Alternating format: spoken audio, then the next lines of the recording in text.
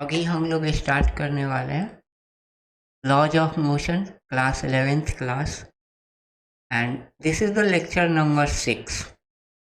इस लेक्चर के अंदर हम लोग टेंशन के बहुत सारे पार्ट्स पहले पढ़े हैं।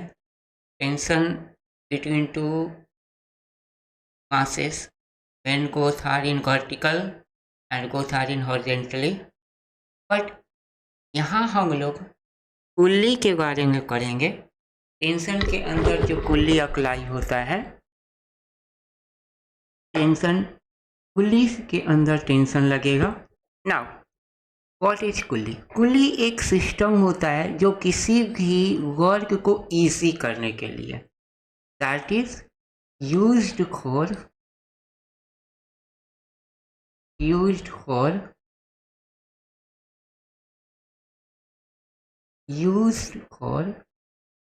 easy of work. Now it is a frictional lace on which the string are easily slides like this. This is the pulley, this is the pulley, this is the pulley. अगर हम इधर से string लगा करके इस force लगाएंगे तो ये स्लाइड करेगा इसके ऊपर। जैसे ये पर्सन है, इस पर्सन ने ऐसे फोर्स लगाया तो इसको मोर इजी होगा इन कंक्लूजन ऑफ डायरेक्ट। अगर यहाँ से अगर वो खींच रहा होता, अगर यहाँ से खींचता ऊपर तो इसको ज़्यादा टफ वर्क करना पड़ता इन कंक्लूजन ऑफ दिस। पुली लगा करके हम अगर किसी वर्क को कर रहे हैं तो वो इजी होगा। All the part of a string these are connected with the pulley surface experience equal tension, जो कि दैट कार्ट ये पूरा जो पार्ट ऑफ स्ट्रिंग है जो पुली से कनेक्टेड है, उस सभी कार्ट के ऊपर टेंशन का वैल्यू सेम होगा, आइडेंटिकल होगा।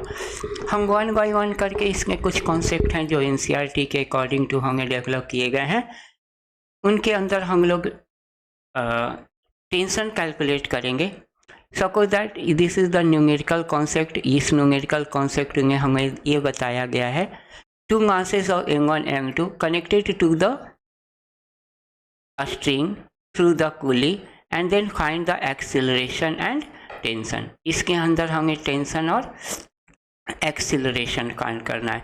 ये हमारा पुली है, इसके ऊपर two masses, this is mass M1 and M2 connected है। अगर आप देखोगे, अगर ये पुली रोटेट करेगा लाइक दिस, यहाँ पर M2 is greater than M1 है, M2 हैवी मासेस है तो एक्सीलरेट होगा किसके तरफ? M2 की तरफ। ये बॉडी नीचे की तरफ आएगा, ये बॉडी ऊपर की तरफ आएगा। नाउ इस स्ट्रिंग के अंदर जो टेंशन लगेगा इस कुली के लिए, इस पॉइंट के ऊपर टेंशन ऊपर की तरफ लगेगा, इस पॉइंट के ऊपर टेंशन ऊपर की तरफ लगेगा, इस पॉइंट के ऊपर टेंशन डाउनवर्ड लगेगा, इस पॉइंट के ऊपर टेंशन डाउनवर्ड लगेगा। मैंने आपको बताया था कि टेंशन इस डायरेक्शन से लगता है कि वो किसी भी कॉन्टैक्ट पॉइंट के बीच के लेंथ ऑफ स्ट्रिंग को डिक्रीज करना चाहता है। अगर हम इस पॉइंट और इस पॉइंट के बीच के टेंशन को देखें तो ये इस साइड लगेगा और ये इस साइड से लगेगा।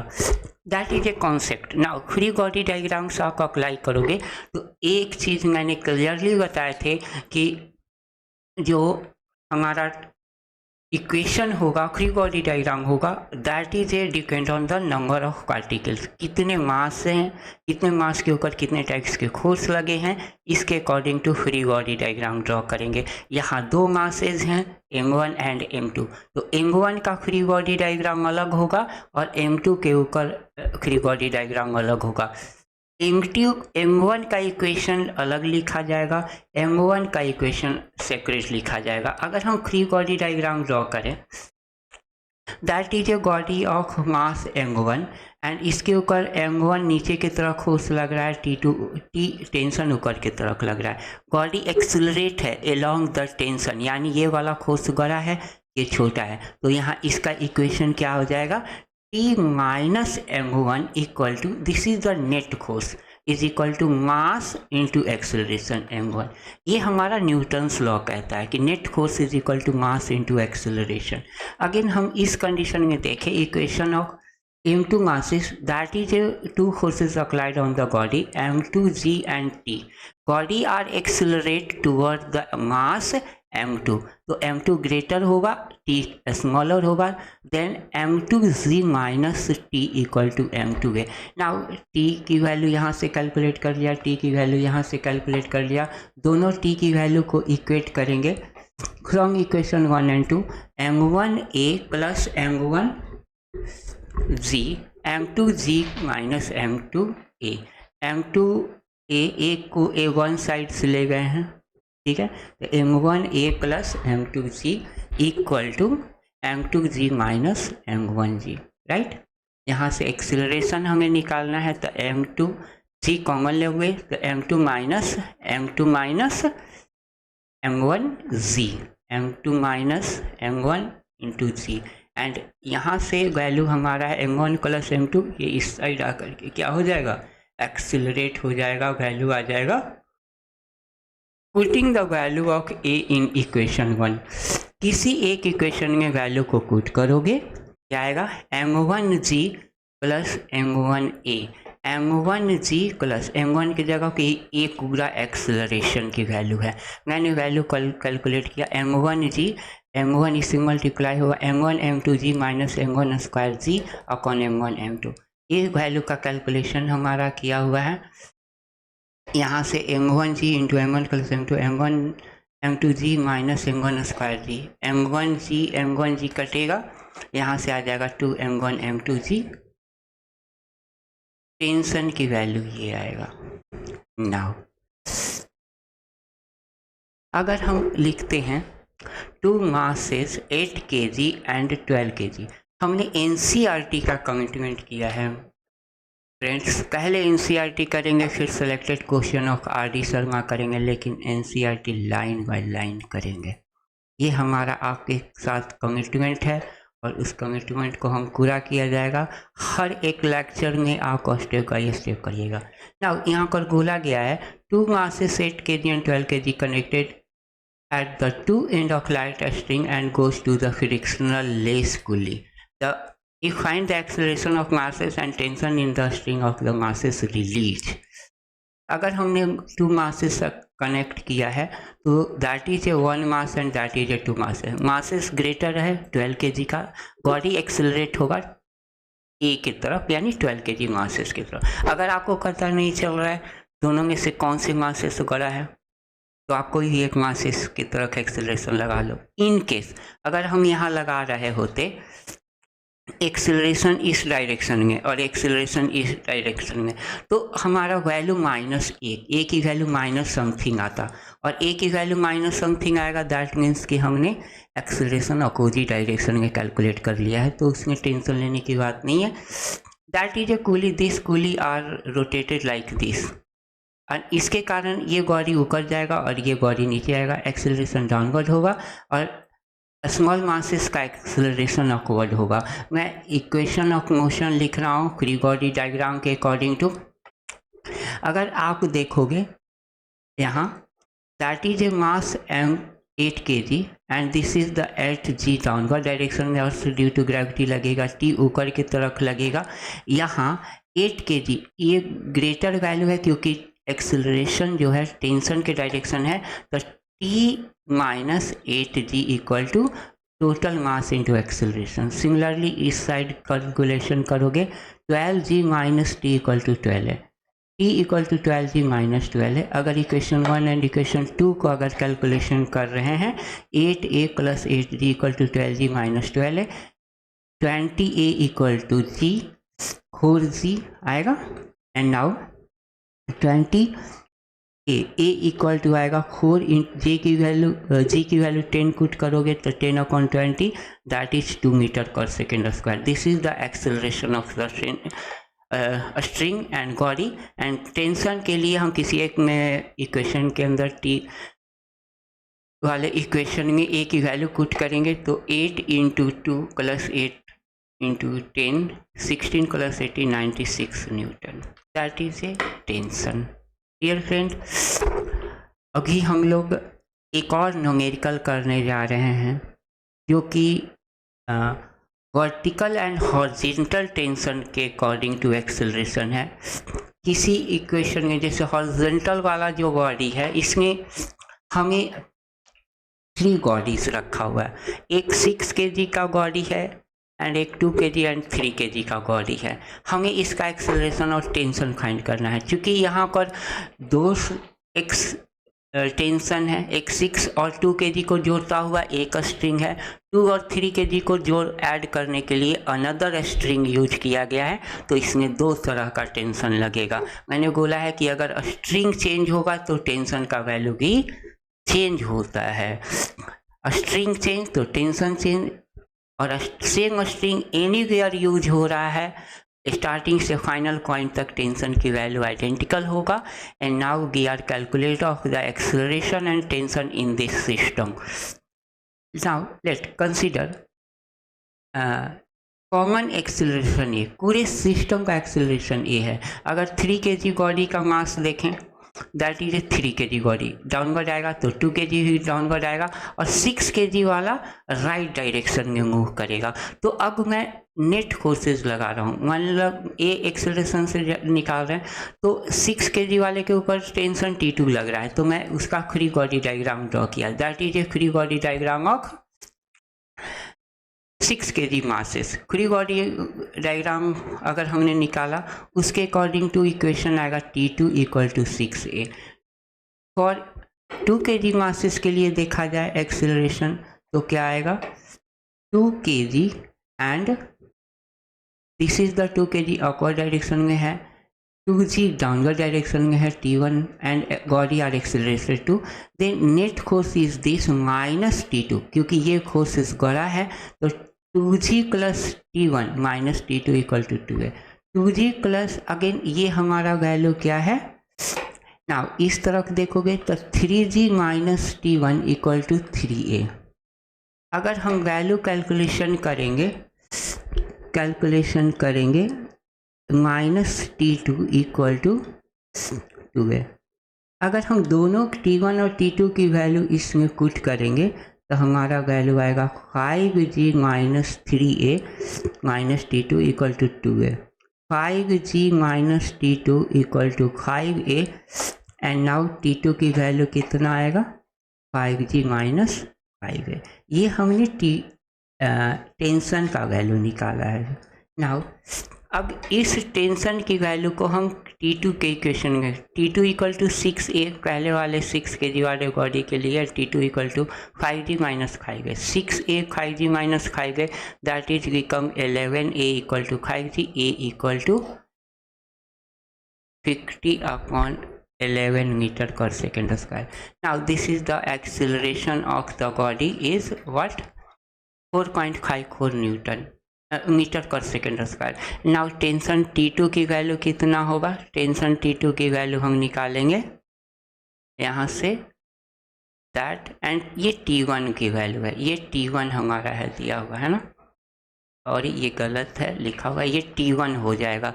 तो T1 इक्वल टू क्या आ जाएगा, यहाँ से वैल्यू पुट करेंगे 30 minus 3 into 4.5, 13.64, that is become 16.36 Newton, right.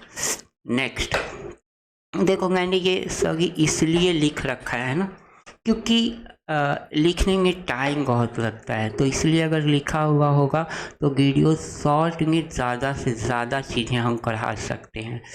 Now एक अगेन न्यूमेरिकल कॉन्सेप्ट है, यहाँ पर हमने मोर देन 2 मासेस रखा हुआ है, 3 मासेस मैंने कनेक्ट किया है एक ही पुलिस के अंदर, that is M1 M2 M3 masses connected in the string, find the tension and acceleration of the system।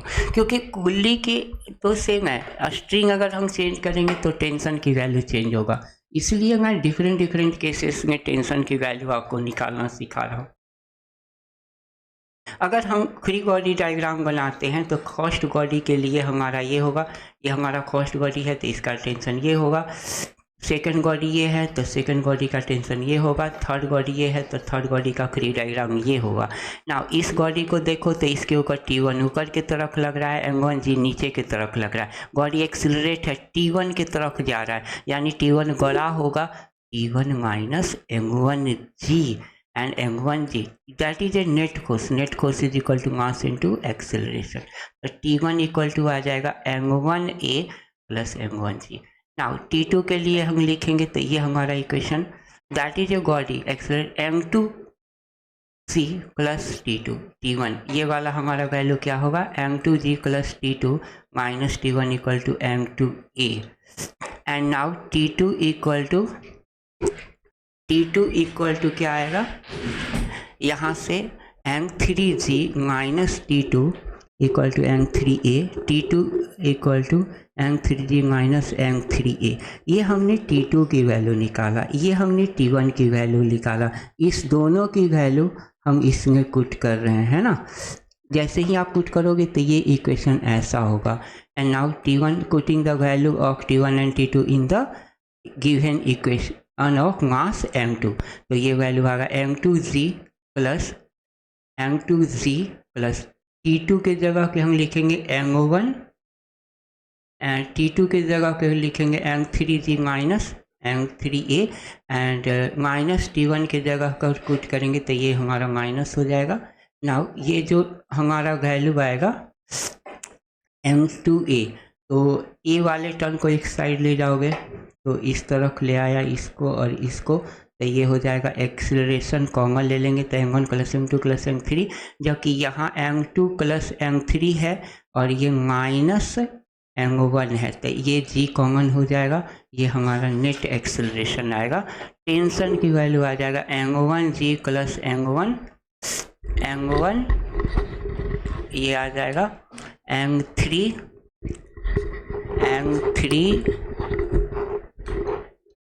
m1g plus m3 plus m2 minus m1 and ये आ जाएगा m1 plus m2 plus m3g। यहाँ हमने value put किया, T1 का value कितना हो जाएगा acceleration, that is A acceleration, इस एक्सीलरेशन की जगह के ये वाला वैल्यू पुट करोगे तो ये आएगा m1g m1 plus m2 plus m3 plus m1 m3 and m1 m2 minus m1 square g।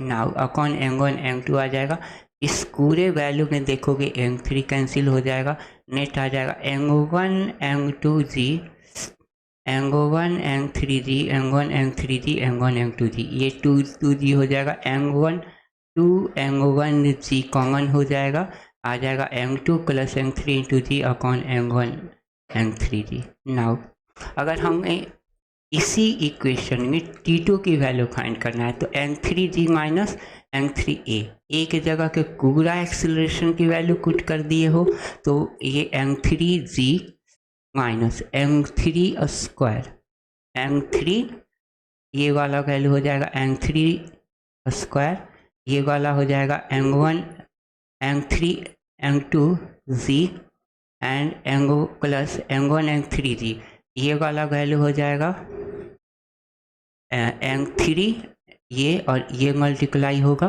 तो ये आ जाएगा m1 m3g and m2 m3g m3 square g, m3g square g कटेगा m3 m2g m2 m3g कटेगा, upon में आ जाएगा m1 plus m2 plus m3, ऊपर में ये टर्म्स और ये टर्म्स ऐड होकर के क्या होगा 2m1 m3g upon m1 plus m2g। देखो ये तो हमारा वैल्यू खत्म हुआ। नाउ हम इतना CBSE में काफ़ी है, ऐसा कुछ नहीं है कि इससे ज़्यादा आएगा, कॉन्सेप्ट ज़्यादा है, बाकी न्यूटन्स लॉ और फ्रिक्शन जब अप्लाई होगा तो और अच्छे हम क्वेश्चन करेंगे। मैंने आपको बताया था कि अगर किसी की लेंथी से लेंथी कंडीशन हो कट, हमारा अगर स्ट्रिंग सेम है, देखो ये स्ट्रिंग लाइक दिस मूव कर रहा है ना, लेकिन स्ट्रिंग चेंज नहीं हुआ है, उस कंडीशन में टेंशन सेम होगा, उस कंडीशन में टेंशन सेम होगा। नाउ यहाँ से आप देखो ये स्ट्रिंग को चेंज किए यहाँ से यहाँ तक, टेंशन सेम होगा, टेंशन आइडेंटिकल होगा। अगर हम यहाँ बात करें, हमने एक और केसेस देखा है, जैसे देखो ये बॉडी है, अगर ये बॉडी के ऊपर टेंशन लोड L लग रहा है तो इस पॉइंट के ऊपर देखो तो क्या है, ऊपर की तरफ T1 प्लस T1 2T1 लग रहा है नीचे की तरफ L, यानी कि ये वाला वैल्यू सेम होगा। अगर ये बॉडी इक्विलिब्रियम में है तो 2T1 equal to L, T1 equal to L/2 हो जाएगा। नाउ अब इस पॉइंट के देखो, नीचे के तरफ आ रहा है कितना L/2 और ऊपर लग रहा है T2, तो ये 2T2 बराबर L/2, T2 बराबर कितना आ जाएगा, क्लियर है, T2 बराबर L/4 and T3 equal to कितना होगा L/T3। इस पॉइंट पर देखो यहाँ आ रहा है L/4, ऊपर आ रहा है T2, यानी कि 2T3 equal to L/4, T3 equal to L/8, right. ये हमारा क्या होगा, तो एक्सेलरेशन जहाँ यहाँ टेंशन क्या हो रहा है, डिक्रीज हो रहा है, यानी कि मास तो सेम होगा तो एक्सेलरेशन इंक्रीज होगा। Now just gear study of, ये हमारा अभी तक कुल्ली और टेंशन का क्लियर हुआ है, कॉन्सेप्ट एनसीईआरटी से हुआ है। हम इसी वर्मा के भी क्वेश्चन करेंगे, गारंटेड करेंगे, लेकिन चूँकि हम टॉपिक्स पहले निकालना है पेपर का, अभी टाइम से ज़्यादा मेरा कोशिश रहता है कि आपका पेपर के व्यू से क्वेश्चन निकले। और इसके बाद के जो लेक्चर होंगे उसमें कॉन्टैक्ट फोर्स रहेगा, like one body and another body are in contact with each other, force लगाएंगे M1 M2, ये एक्सेलरेशन निकालेंगे, कॉमन है कॉन्टैक्ट फोर्स निकालेंगे। और दूसरा है स्प्रिंग फोर्स। ये दो फोर्सेस मिला करके एक वीडियो लेक्चर नंबर 7 बनेगा। Now best of luck, thank you very much.